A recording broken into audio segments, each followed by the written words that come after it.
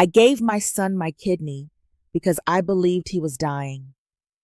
I signed the papers, endured the surgery, and woke up in pain thinking I had saved his life. But 3 days later, instead of gratitude, I was handed eviction documents. My own son had taken my home, my savings, and my trust. The illness was fake, the surgery was real, and the betrayal was deeper than any scar on my body.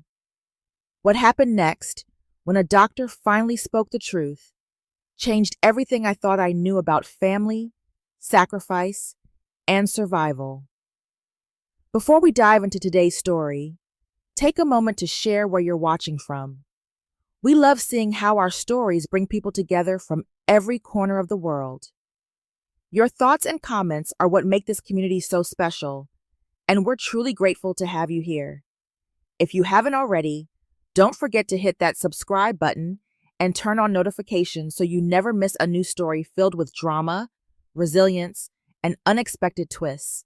Now, settle in, get comfortable, and maybe grab your favorite drink because this is a tale you won't want to miss. Let's get started.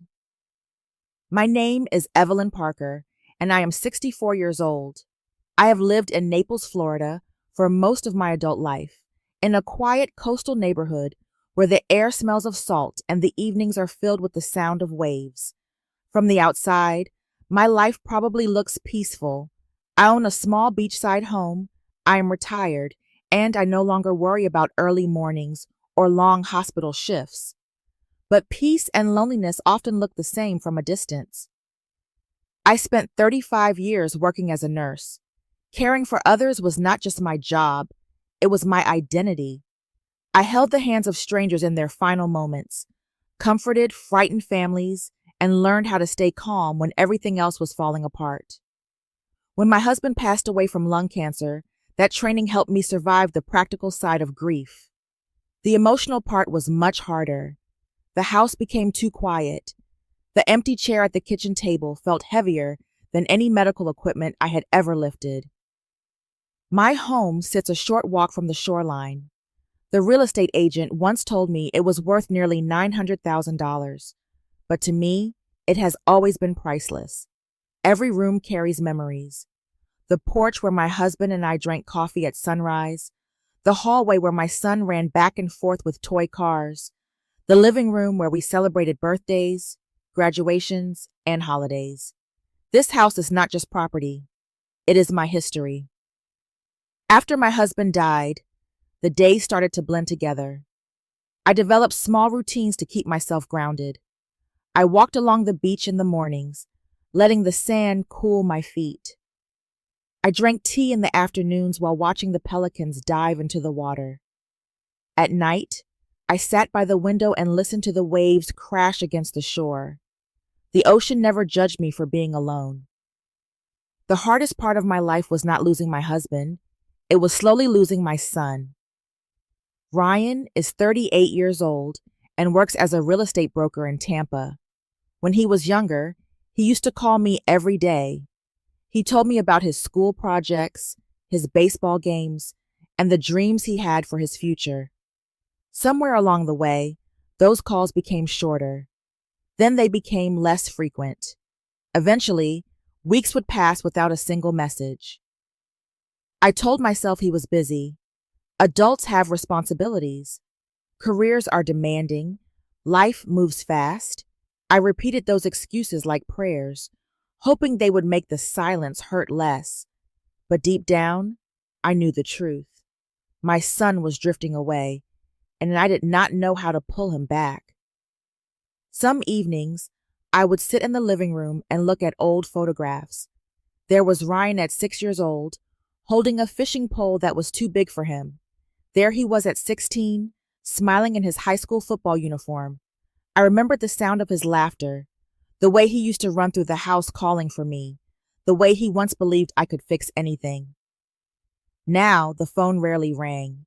I did not need much from life anymore. I was not chasing excitement or wealth.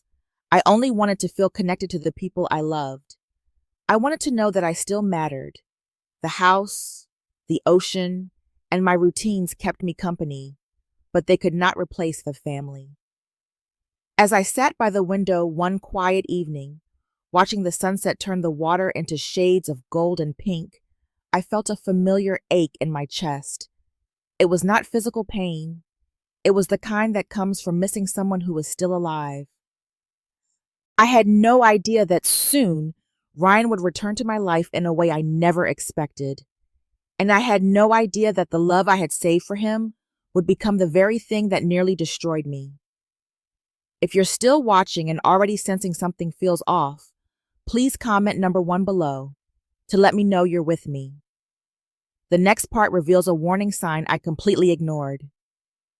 The rain that night felt heavier than usual. Wind pushed against the windows, and the sound of the ocean was louder than normal, as if the storm were trying to remind me that I was not as alone as I felt.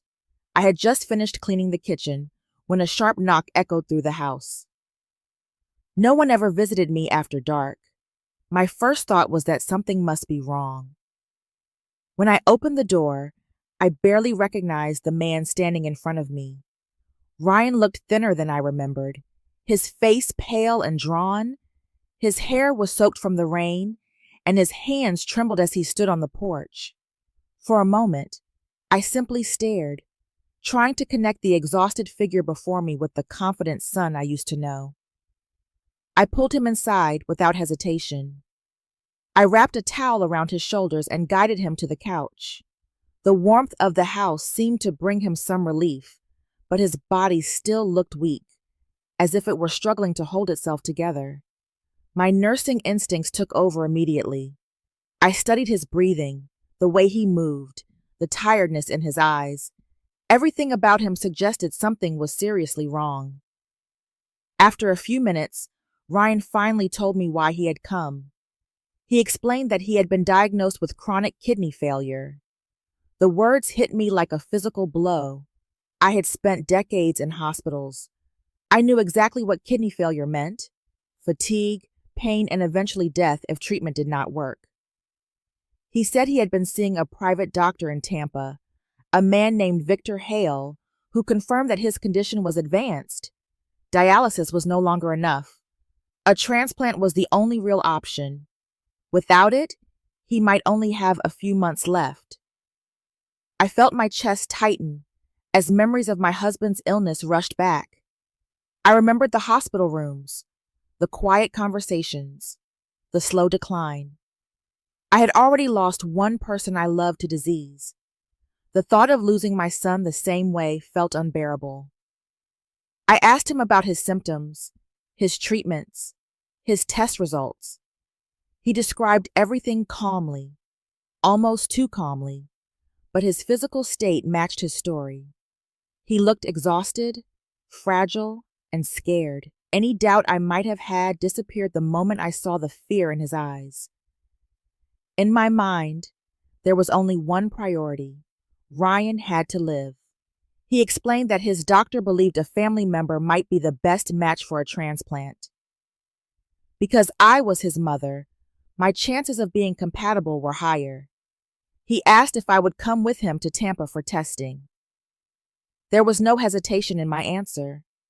I did not think about the risks. I did not think about my age. I did not think about the long recovery or the possibility of complications. I only thought about the little boy who used to run through my house, the teenager who once cried in my arms after his first heartbreak, the man sitting weakly on my couch.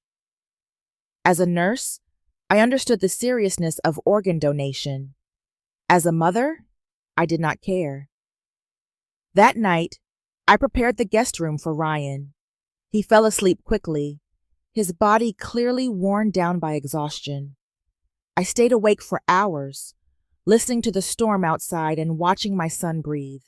Each rise and fall of his chest felt like a reminder of how fragile life could be. In the quiet darkness, I made a silent promise to myself. I would do whatever was necessary to keep him alive. If my body could give him more time, then that was what it was meant to do. The next morning, the rain had stopped, but the heaviness in my heart remained. We planned our trip to Tampa, and I packed a small bag with medical records and personal items. As I locked the front door behind us, I had no idea that I was walking straight into the beginning of a nightmare. All I knew was that my son needed me, and I was ready to give him everything I had. If you're still here and starting to question the truth behind what I was told, comment number 2 below. What happens next changes everything. The drive from Naples to Tampa felt longer than usual. The highway stretched endlessly ahead of us, and the sky was overcast, heavy with clouds that matched the weight in my chest. Ryan sat quietly in the passenger seat, staring out the window. His face still looked pale, and his shoulders seemed slumped, as if carrying an invisible burden. Every few minutes, I glanced at him, searching for signs of strength, but all I saw was exhaustion. We arrived at the clinic just after noon. The building was modern, with clean glass windows and neatly trimmed landscaping. It looked professional, almost comforting. Still, something felt slightly off. There was no familiar hospital logo, no recognizable medical network name. I pushed the thought aside. Not every clinic needed to look the same. Inside, the reception area smelled of disinfectant and fresh coffee. The staff greeted us politely and asked us to fill out some forms. Ryan handled most of the paperwork, his hands moving quickly, as if he had done this before. I followed his lead, trusting that he knew what he was doing. Soon, we were called into an examination room to meet the doctor. Victor Hale was a confident man in his late 40s, dressed in a crisp white coat, with his name stitched neatly on the chest. He spoke smoothly, using medical language that sounded convincing and precise. He explained Ryan's condition in detail, describing how advanced kidney failure weakens the body and how a transplant was the only real solution at this stage. He then turned his attention to me. He said that as Ryan's mother, my chances of being a compatible donor were higher than average. With the right match, a transplant could give my son many more years of life. His tone was calm and reassuring, as if he were delivering good news rather than discussing major surgery. The test began immediately. Blood samples were taken. My blood pressure was checked.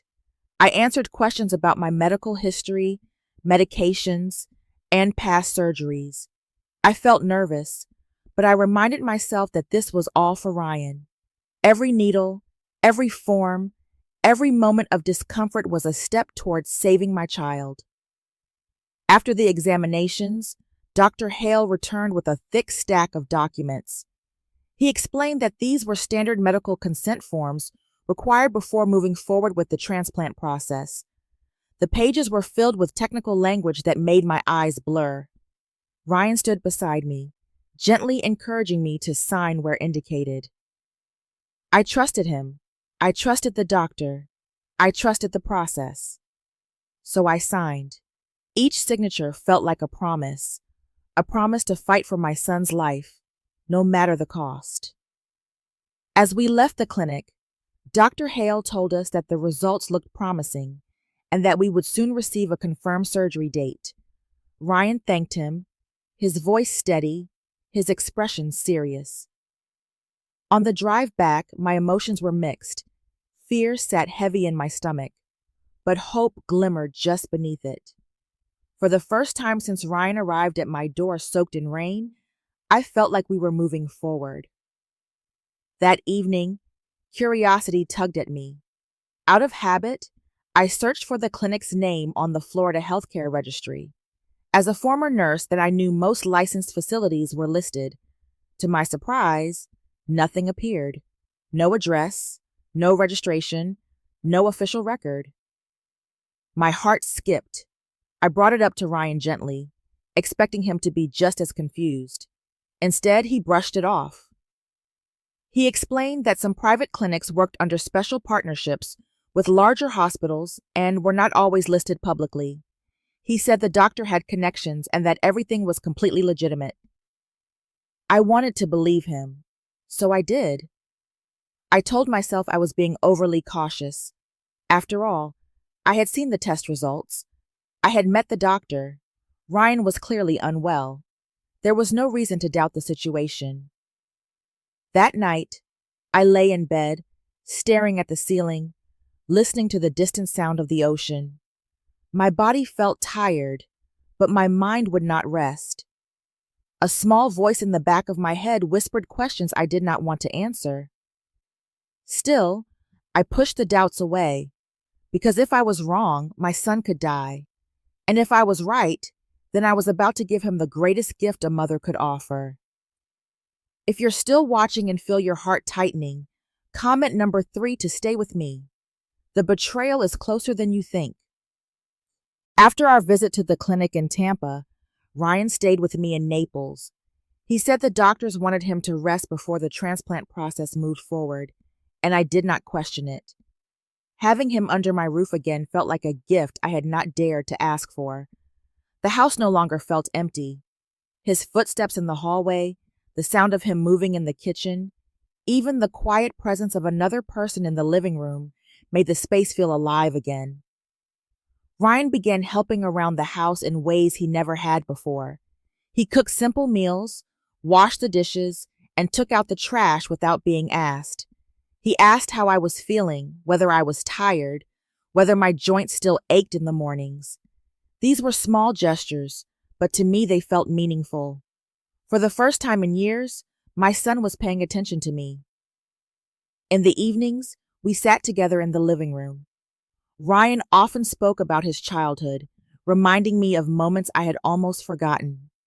He mentioned family trips, school events, and quiet nights when we used to watch television together.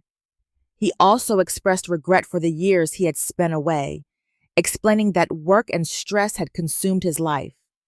I wanted to believe that his illness had changed him, that facing his own mortality had reminded him of what truly mattered. My heart softened quickly. As the days passed, my focus narrowed to a single goal: keeping Ryan alive. I stopped thinking about the clinic, the doctor, or the unanswered questions that had briefly crossed my mind. Every time I looked at my son and saw how tired he still appeared, my doubts faded. Fear was louder than reason. One afternoon, Ryan brought me a folder of documents. He explained that because the surgery carried risks for both of us, it was important to prepare for any possible outcome. The paperwork, he said, would allow him to make medical and financial decisions on my behalf if I were unable to do so myself. The language was formal, filled with legal terms and dense paragraphs that were difficult to follow. I trusted him. After everything I had already agreed to, signing a few more papers felt insignificant. I did not consult a lawyer. I did not read every page carefully. My mind was focused on recovery, on hospital rooms, on ensuring my son had a future. I believed that Ryan was protecting me, just as I was trying to protect him. What I did not know was that those documents gave him control over my finances and property. They allowed him to manage my assets, including my home. I had unknowingly placed my entire life in his hands. In the days leading up to the scheduled surgery, Ryan continued to act attentive and responsible. He reminded me to rest, helped me organize my medications, and made sure I stayed hydrated. He even helped me prepare a small overnight bag for the hospital, placing my favorite sweater and toiletries inside with care. From the outside, it looked like a son taking care of his aging mother. Inside, I felt calm. I believed I had done everything right. I believed my preparations were thorough. I believed my trust was well placed. Each night, I went to bed thinking about the years Ryan would have ahead of him after the transplant. I imagined him healthy, building a stable life, perhaps even starting a family of his own. I told myself that no sacrifice was too great if it meant seeing my son thrive. The fear of surgery still lingered in my body, but it was overshadowed by a quiet sense of purpose. I was not just a retired nurse anymore. I was a mother fighting for her child. As the date of the operation drew closer, I felt both anxious and hopeful. I believed that the hardest part was behind us. I believed the worst we faced was the physical pain of recovery. I had no idea that I had already signed away my safety, my home, and my future. If you're still here and wondering how deep this deception really goes, comment number 4 below. The truth is about to explode. I woke up in a hospital room that smelled of disinfectant and cold air.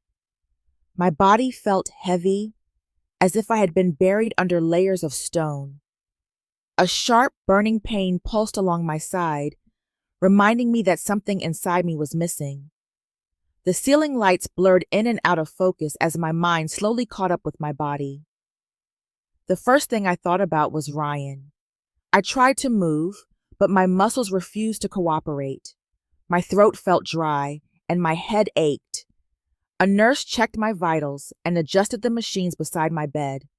I searched her face for any sign of news about my son, but she only told me that he was recovering on another floor. That answer was enough for me at the time. I believed Ryan was in pain, just like me. I believed we had both been through the same ordeal. I believed my sacrifice had saved his life. Hours turned into days. My body remained weak, but my concern for Ryan grew stronger. I asked about him whenever someone entered the room. The response never changed. He was resting. He was stable. He would visit soon. On the third day, the door finally opened. Ryan walked in. He did not look like a patient. He was dressed in an expensive suit, his hair neatly styled, his posture confident. His face was full of color, his movement steady. There were no bandages, no signs of surgery, no trace of weakness. Behind him stood 3 strangers, a woman in professional attire carrying legal documents, another woman dressed in fashionable clothing with an uninterested expression, and a man who looked like a real estate agent. My heart sank before my mind could fully understand what my eyes were seeing. The woman with the documents approached my bedside. She calmly explained that my house in Naples had been transferred into Ryan's name through the legal paperwork I had signed before surgery. According to the documents, I was required to vacate the property within 14 days. The words felt unreal. My home was not just a building. It was my history, my memories, my life. I could not understand how any of this was happening. Ryan stood quietly, watching. The woman continued speaking, explaining that everything had been done legally and that the property would soon be prepared for sale. The man beside her nodded, already discussing future plans for renovations and listings. I looked at Ryan, waiting for him to stop this. He did not. Instead, he admitted that he had never been sick. There was no kidney disease. No transplant was needed for him. The entire story had been fabricated. The surgery had not been for his survival. It had been for someone else who had paid a large sum of money for a kidney. My kidney. The pain in my body suddenly felt small compared to the devastation in my chest. Ryan showed no remorse. His expression was calm, detached, almost bored. He explained that he had seen an opportunity and taken it. My trust had made everything easy for him. The woman beside him, his girlfriend, seemed more interested in checking her phone than in the destruction unfolding in front of her. She made comments about their upcoming plans and how inconvenient the hospital visit had been for her schedule. The real estate agent continued discussing the value of my home, speaking about it as if I were already gone. My vision blurred as the truth settled in. I had given up a part of my body, believing I was saving my son. Instead, I had been used. The group did not stay long. Once the legal explanations were complete, they turned and left the room. Ryan did not look back. The door closed behind them, leaving me alone with the sound of medical machines and the weight of betrayal. I stared at the blank wall in front of me, unable to move, unable to cry. My body had been cut open. My heart had been shattered. And the person who had done this to me was the child I had raised with love. After Ryan and the others left my hospital room, silence filled the space like a heavy fog. The machines beside my bed continued their steady rhythm, but everything else felt distant and unreal. My body ached from the surgery, yet the deeper pain came from knowing that my own son had betrayed me. I stared at the wall for a long time, unable to move, unable to think clearly, wondering how my life had unraveled so completely in just a few days. I felt weak, exposed, and lost. Not long after, a woman in a white coat entered my room. Her posture was firm, and her expression was serious. She introduced herself as Dr. Margaret Lewis, the head of transplant surgery at Tampa General Hospital. She asked to speak with me privately, and the nurses quietly stepped out. Dr. Lewis explained that my surgery had raised serious concerns within the hospital's medical review team. According to official records, Ryan had never been a registered patient. There was no history of kidney disease, no dialysis treatments, and no legitimate transplant request under his name. The doctor I had met before, Victor Hale, was not affiliated with any licensed medical facility. His identity, credentials, and clinic were all part of an illegal operation. My medical files had been manipulated. The blood work, the diagnosis, and the transplant justification had all been falsified. Dr. Lewis revealed that my kidney had been sold to another patient who genuinely needed a transplant. That patient's family had paid a large amount of money for what they believed was a legal and ethical organ donation. They had no idea that the organ came from a woman who had been deceived by her own child. The clinic in Tampa had been a front for an underground organ trafficking network. As the truth unfolded, my stomach tightened. Every step I had taken, every document I had signed, every ounce of trust I had placed in my son had been used against me. Dr. Lewis explained that this type of manipulation was considered elder abuse under Florida law. I had been targeted because of my age, my emotional vulnerability, and my trust in family. The documents Ryan had asked me to sign were not only medical in nature, they contained financial and property authorization clauses that gave him control over my assets. This included my home in Naples. Dr. Lewis assured me that the hospital had already contacted law enforcement. Investigators were reviewing the case, gathering evidence, and preparing to question everyone involved. My medical records, the clinic's false identity, and the financial transactions tied to the surgery were all being examined. She explained that I had a choice. I could remain silent and walk away, or I could cooperate with the investigation and help bring the people responsible to justice. For a long moment, I sat still, feeling the weight of that decision press against my chest. My instinct as a mother had always been to protect my child, even when he was wrong. But this was no longer about family loyalty. This was about survival, dignity, and accountability. I had been harmed. I had been exploited. And if I stayed silent, others could suffer the same fate. I chose to speak. Soon after, investigators arrived at the hospital. They asked me to recount everything, from the night Ryan appeared at my door to the moment he walked out of my hospital room with his lawyer and girlfriend. I described the clinic, the paperwork, the emotional manipulation, and the promises that had convinced me to trust him. Every detail mattered.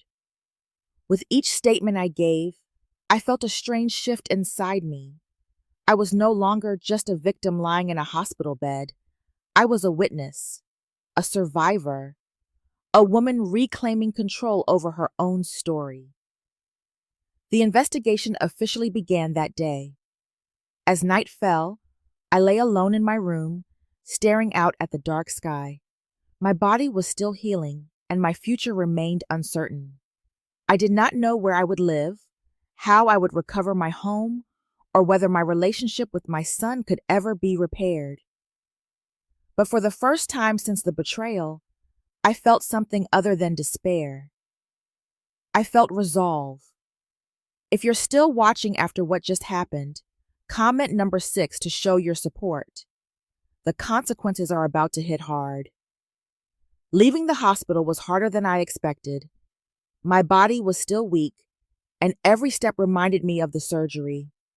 There was no familiar face waiting for me at the exit, no son to guide me to the car, no home to return to. A hospital social worker helped arrange temporary housing, and I was driven to a small, modest shelter on the edge of the city. The room was clean but unfamiliar. The bed was narrow, the walls bare, and the air carried the faint scent of disinfectant. It did not feel like a place to heal, but it was all I had. I sat on the edge of the mattress and tried to breathe through the tightness in my chest. For the first time in decades, I had no home. Ryan had taken it from me. The house in Naples was still legally tied up in the court proceedings, but I was not allowed to return. My personal belongings were locked inside, along with the memories of a life I no longer had access to. Every photo, every piece of furniture, every trace of the family I once believed in felt suddenly unreachable. At night, the silence pressed against me. The quiet was different from the peaceful calm I used to know. This silence felt empty, like something had been stripped away and left behind only echoes. I lay awake listening to distant traffic, replaying every decision that had led me here. The physical pain was constant. My incision still burned, and my energy faded quickly. Simple tasks felt overwhelming. There was no one to check on me, no familiar voice asking how I felt. Recovery was lonely, and loneliness made the pain heavier. Emotionally, I felt fractured. Shame lingered in my thoughts, even though I knew I had been deceived. Part of me still wondered if I could have prevented everything by being more cautious. Another part of me missed the son I thought I had. I mourned the version of Ryan who had once hugged me, laughed with me, and called me his mother. Trust did not come easily anymore. One afternoon, I received a call from the authorities informing me that Ryan had been arrested. The investigation had uncovered enough evidence to charge him with fraud, elder abuse, and illegal organ trafficking. Hearing the news did not bring relief the way I expected. Instead, it brought a strange mixture of sorrow and closure. He was my son, but he had chosen to destroy me. I spent many days sitting by the small window in my temporary room, watching the world move forward while my own life felt frozen. People passed by, laughing, talking, living their ordinary lives. I wondered how something so terrible could happen in a world that looked so normal from the outside. My body slowly grew stronger, but my heart remained fragile. The betrayal had changed how I saw everything. Family no longer felt like a guarantee of safety. Love no longer felt unconditional. I had learned, in the most painful way, that trust could be weaponized. Still, beneath the grief, a quiet determination began to grow. I had survived surgery. I had survived betrayal, and I was still here. The past could not be repaired, but the future was still unwritten. I did not know what my next chapter would look like, only that I had to keep moving forward, even if I had to do it alone. Life at the temporary shelter followed a simple rhythm. I woke early, ate small meals, and spent most of my time resting. My body was healing, but slowly. Every movement reminded me that I had given up a part of myself. The physical pain was manageable. The emotional weight was harder to carry. One morning, a message arrived from the hospital. The man who had received my kidney wanted to meet me. At first, I hesitated. I did not know how to face someone whose life had been saved by my suffering, but curiosity and a quiet sense of purpose pushed me forward. A few days later, I met Jonathan Miller. He was older than I expected, with gentle eyes and a calm presence. His posture was careful, like someone who still respected the limits of a healing body. He had only recently learned the truth about the illegal operation that had brought him my kidney.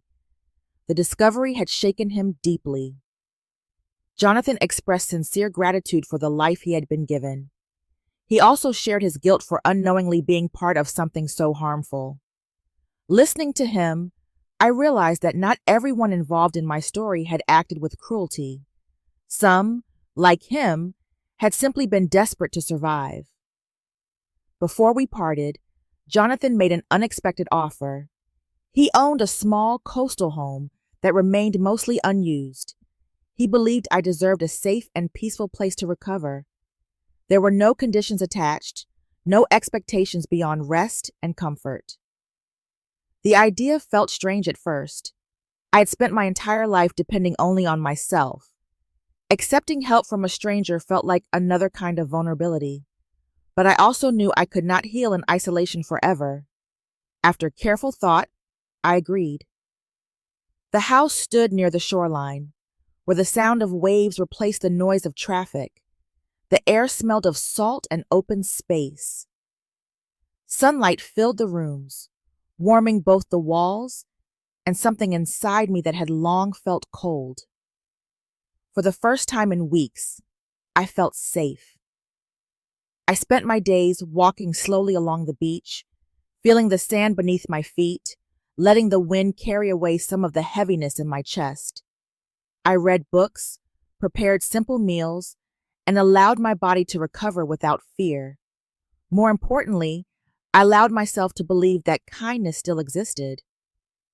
The betrayal had not destroyed my ability to trust completely. It had only taught me to be wiser about where I placed my heart. As I watched the sun set over the water each evening, I felt something unfamiliar growing inside me. Hope. If you've stayed this long and want to see how everything finally ends, comment number 8 below. The final chapter will leave you thinking. The courthouse felt colder than the hospital room had ever been. The walls were tall and gray, the air heavy with silence and judgment.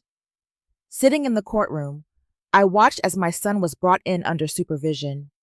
He looked smaller than I remembered, thinner, worn down by the consequences of his own actions. For a moment, I searched his face for the boy I once knew, but all I saw was a man shaped by greed and poor choices. The evidence was presented carefully and thoroughly. Financial records, falsified medical documents, and testimony from investigators revealed the full scale of the deception. Every detail confirmed what I already knew in my heart. My trust had been used as a tool for profit. My love had been turned into leverage. When the verdict was delivered, a strange calm settled over me. The court found Ryan guilty of fraud, elder abuse, and illegal organ trafficking. His sentence meant years behind bars, years to reflect on the damage he had caused. I did not feel satisfaction. I did not feel revenge. I felt something quieter, closure.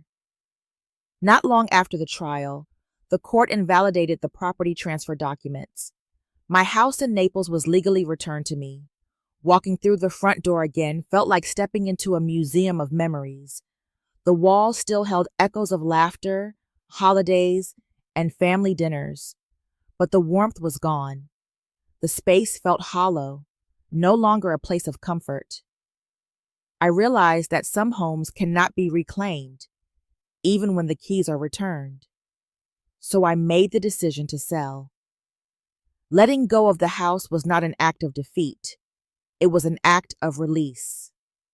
The memories would stay with me, but the pain tied to those walls no longer needed to follow me into the future. The sale provided financial stability, not wealth, but enough to live without fear. As for Ryan, my feelings toward him had changed. The anger had faded. The hope that he might become the son I once imagined was gone. What remained was acceptance. He had chosen his path, and I had chosen mine. I was no longer defined by his betrayal. I was defined by my survival. The woman who once believed love alone could protect her had grown into someone stronger, someone wiser, someone who understood that boundaries were not a lack of love, but a form of self-respect. When I left the courthouse for the final time, the sky was clear. The weight I had carried for so long felt lighter. My past was behind me, and the future, though uncertain, was finally my own. 1 year has passed since the courtroom doors closed behind me for the final time. My life no longer resembles the one I once lived in Naples. I now wake each morning in a quiet coastal home where the sound of waves replaces the noise of traffic and painful memories. The ocean stretches endlessly before me, reminding me that time moves forward no matter what we leave behind. My body has healed. The scar from the surgery remains, but it no longer feels like a wound. It is simply a reminder that I survived something meant to break me. I walk along the shore every morning, feeling the cool sand beneath my feet, breathing in the salty air. Each step feels like a small declaration of independence from the past. Jonathan remains a gentle presence in my life. His gratitude never fades, but more importantly, his respect never wavers. He does not see me as a victim or a symbol of sacrifice. He sees me as a woman who deserves peace. That quiet understanding has helped me trust again, slowly and carefully. I have returned to teaching, not in a classroom, but through private tutoring. Helping children learn has brought purpose back into my days. Their curiosity, their laughter, and their innocence remind me that not every bond ends in betrayal. Some connections are built on honesty and care. As for Ryan, my thoughts of him have grown quieter. I no longer search for explanations or blame myself for his choices. Some actions are not born from love or neglect. They are reflections of character. I have accepted that his path was his own, and it does not define who I am. I used to believe that being a mother meant giving everything without limits. I believed love required sacrifice, no matter the cost.